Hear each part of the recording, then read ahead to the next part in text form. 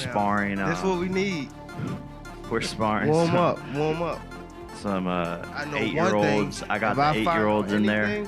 If I find out anything, I'm gonna beat your and I'm gonna beat Jada on Love it. On my mama, I'm gonna beat both of y'all ass. On my mama. And he laughing. He laughing. Our argument is misplaced because things like this should not be happening. And the fact that boxing is allowing this to happen is an embarrassment to the sport. You know what I mean? I was misinformed. You know, you gotta know what somebody's going through, man, or have gone through, and where they've ended up. Now, you have to understand that. You gotta understand their DNA, you know. And we as fans, we fail to realize that.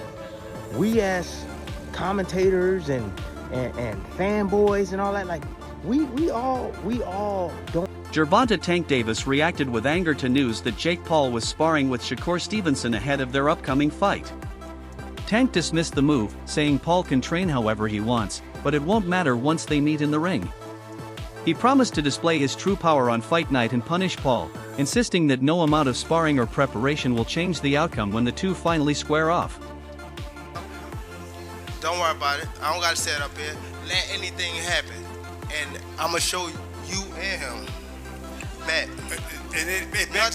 It begs the question, Tank. Boxing analysts have pointed out the irony surrounding the Davis vs. Paul matchup. While many fans and purists criticize Tank's decision, others acknowledge potential promotional and personal advantages. Shakur Stevenson himself highlighted this contradiction, admitting that Tank's choice frustrates hardcore boxing fans but also explaining that he agreed to spar with Paul to support the sport and keep his own name relevant. The scenario reflects the constant balancing act in modern boxing between money, reputation, and fan expectations. For fighting Jake Paul, but yet at the same time, he is going to fight Jake Paul. Now, what I find interesting is how people on one hand are going to criticize it, but on the other hand, try to take advantage of it for their own profit. So Shakur Stevenson, definitely for press purposes, definitely for publicity purposes, offers to get in the training camp and spar for Jake Paul. Spar Jake Paul for the Tank fight. Now, why would he be doing this? It's called copycat crap. Because the last big fight that took place, which was Terrence Crawford versus Canelo Alvarez, guess what happened? Jaron Ennis went and sparred Canelo Alvarez to help Canelo Alvarez prepare for Terrence Crawford. So, do I think that that is coincidental? No, I do not. I think that it is trying to have your cake and eat it too. You are trying to complain and say Gervonta Davis is not a real competitive fighter, that this is a sideshow, freak show fight, but yet you want your name associated with it and you want to participate in it for your own good gain. Let me assure you that when Terrence Crawford said in an interview that he wouldn't fight Jake Paul, that's not a serious fight, and then they said, well, would you fight Jake Paul for $200 million? And he said, I'd be fighting Jake. Analysts argue that Davis's recent choices are driven more by money than legacy. His fight with Jake Paul has fueled the perception that he prioritizes financial gain over competitive prestige. Observers believe that if fans want to see Tank face elite opponents like Shakur Stevenson or Lamont Roach, promoter Al Heyman, Turk, would need to put together blockbuster deals similar to Canelo Alvarez versus Terrence Crawford. For now, Tank's career path seems dictated primarily by financial incentives rather than a quest for legacy. Look at how Tank started acting after he made $40 million with Ryan. When he make another $40+ million with Jake, he's gonna go make $40 million fighting Jake Paul, and then he's gonna come back and fight Lamont Roach for what? He's gonna come back and fight Shakur Stevenson for what? He's not gonna fight none of those guys. No, the only way he fight any of them guys, Turkey gonna have to hit him with the Crawford money. Cause that's the thing, you do this for a reason, bro. Like, I get it, you want him to be competitive, but his goal is money. He made 40 with Ryan plus everything in between. Now he get this 40, 50 million plus. He don't even gotta fight no more. So now if you want him to fight Shakur, give me that Canelo money. Shakur Stevenson openly expressed disappointment with Tank's decision to fight Paul instead of him. Stevenson said the choice looked like a ducking tactic and showed disrespect to the sport. He stressed that true fighters face real challenges, and picking a crossover star over an elite professional undermines boxing's integrity. His remarks have intensified the debate about Tank's priorities, highlighting the clash between financial gain and sporting honor. You think about the rumors of Tank and Jake fight now? Man, Tank disrespectful to the sport if he chooses that over fighting with me. I'm the best fighter in the sport. I've been telling him that. And he called cap on it. So if he won't call cap and say I'm not who I say I am, come prove it. I think it's dangerous for him to go back in there and fight Lamont. I think Lamont is a hell of a fighter. I can see that going left. So he better be on his A game. When confronted by fans accusing him of dodging top opponents, Davis fired back defiantly. He said he doesn't care about public opinion, pointing out that fans are fickle and often turn on fighters after a single bad performance. Tank insisted that his focus remains on his career and his own goals, not on critics or fan approval. His blunt remarks reflect an unapologetic approach to outside pressure and his determination to remain in control of his choices. A lot of boxing fans aren't happy with the fact you've taken this fight rather than the Rhodes rematch, fights with the likes of Shakur, Devin Haney, Teofimo, etc. What do you make of that reaction, and can we still expect to see those fights? Why should I care what they think? When y'all switch somebody can have a bad day and y'all switch it on who y'all favorite fighter is or who this person is supposed to fight. Like y'all need to sit back and be fans and just enjoy the sport. Like y'all even talk about people's personal lives. Like why when it come to that? Actor and martial artist Michael Jai White also weighed in, saying that Jake Paul, despite the hype, will never be regarded as a legitimate boxing champion. White emphasized the difference between crossover exhibitions and official championship bouts sanctioned by major governing bodies. His view mirrors that of many purists and professionals who regard Paul's career as entertainment rather than real boxing, reinforcing skepticism about the legitimacy of the matchup. That Jake Paul could win a legitimate boxing title. No, no, because he's so far behind someone of his equal age who's been doing it for a very long time. He started very late. That's why I applaud exactly what he's doing. I think he should be doing exactly what he's doing. If he fought a legitimate, top 10 cruiserweight, I will shut the f up. If he's able to fight an actual contender of the top 10, that would be astonishing if he can get to that point. If he beat anybody in the top 10, that would be, to me, the greatest thing he's ever accomplished. Yeah, because historically he's fought old men. I think he's done it the right way, because there's a possibility where a 50-year-old Anderson Silva might be able to beat him. Who thought he was going to beat Tyson? I really thought, oh, Tyson's just going to go to the body and just punish his body. Because I thought that's what would win him thing, but he did not do that. I think it makes for a good matchup. He's made for great spectacle. Former champion and respected analyst Daniel Cormier criticized the Davis vs. Paul fight, labeling it dull and lacking true entertainment value.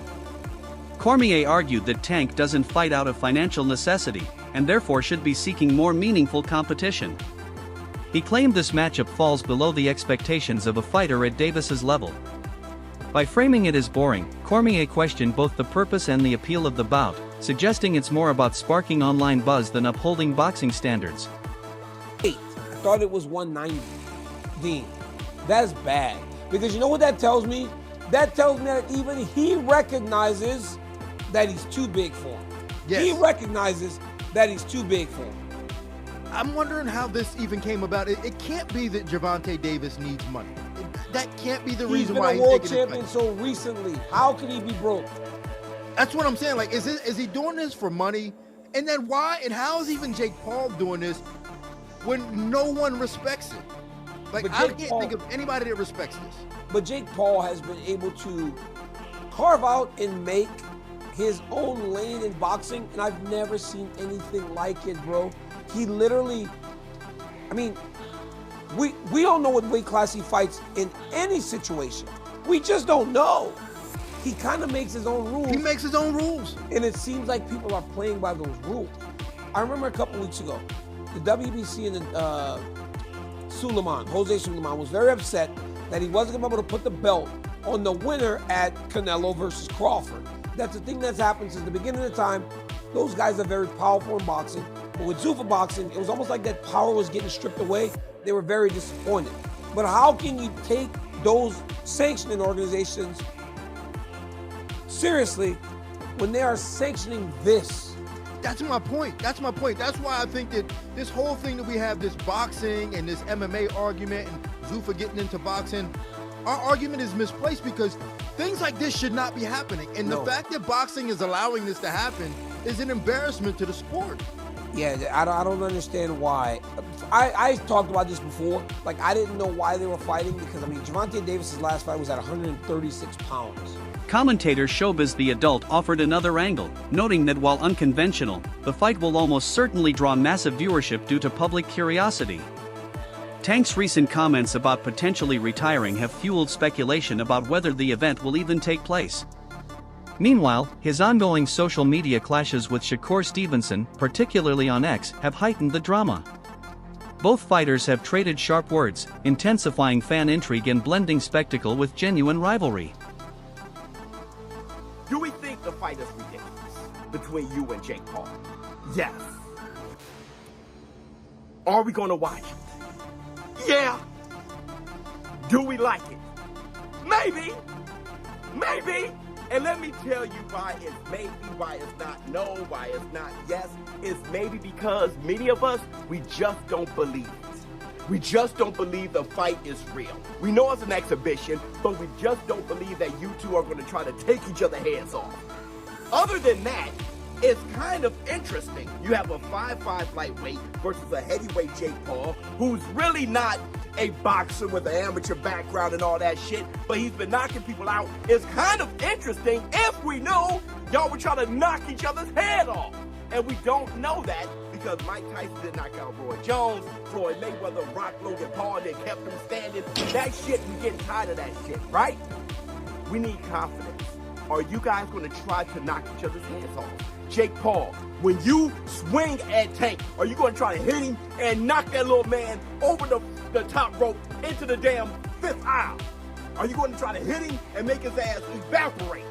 Or Tank, are you going to show the world that Jake Paul should not be in a square circle with a real boy? Are you going to try to knock his ass out, sleep him, drop him like you did Ryan Garcia, stop him the way you did Mario Barrios, knock him out like you did Leo Santa Cruz? Are we going to get a viral knockout? Are y'all going to try to stop each other? Top boxer Teofimo Lopez also shared his thoughts, describing the fight as more of an exhibition than a true sporting contest. He argued that it should be viewed as entertainment, not as a marker of boxing supremacy. His remarks highlight the ongoing shift in modern boxing, where crossover events often prioritize spectacle and media buzz over pure competition. Great fight, great matchup. It's fun for the sport of boxing. It makes it fun, it makes it entertaining. That's what it's all about. You know, and may the best man win. It's an exhibition regardless, it doesn't count. Doesn't count? Yeah. We need to see you and Tank though. Has to happen. What? It has to happen, you and Tank. We'll see, man. It's up to the champ. He's the champ, right? He's a celebrity champ. Ooh. Former world champion Tim Bradley added a more empathetic perspective. He reminded critics of the immense physical and mental toll that fighters endure, pointing out that Tank has dealt with major challenges both inside and outside the ring. Bradley stressed that constant media scrutiny only increases this burden. His comments encourage a more balanced view, urging fans to respect the human pressures fighters face rather than judging them solely on their career choices. I was misinformed. You know, you gotta know what somebody's going through, man, or have gone through, and where they've ended up. Now, you have to understand that. You gotta understand their DNA, you know, and we as fans, we fail to realize that.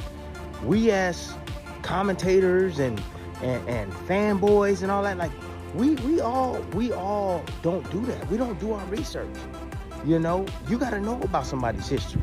So, like, if you understand where Tank came from, if you understand his background, then you understand how he thinks and why he feels the way he feels. You know, you do. So, I mean, for instance, like, his parents, right? His parents were drug addicts, in and out of the system, in and out of jail. You know, he lived with his grandmother. You know, like, you gotta understand when he started boxing, why he started boxing. Understand that, you know, that what the influence that Calvin has had on his life, and how if their relationship isn't great, how that affects him. And if this is not making any excuses, people, this isn't. I'm not making no excuses. I'm just giving you what I think, and I'm giving you the facts surrounding all of this.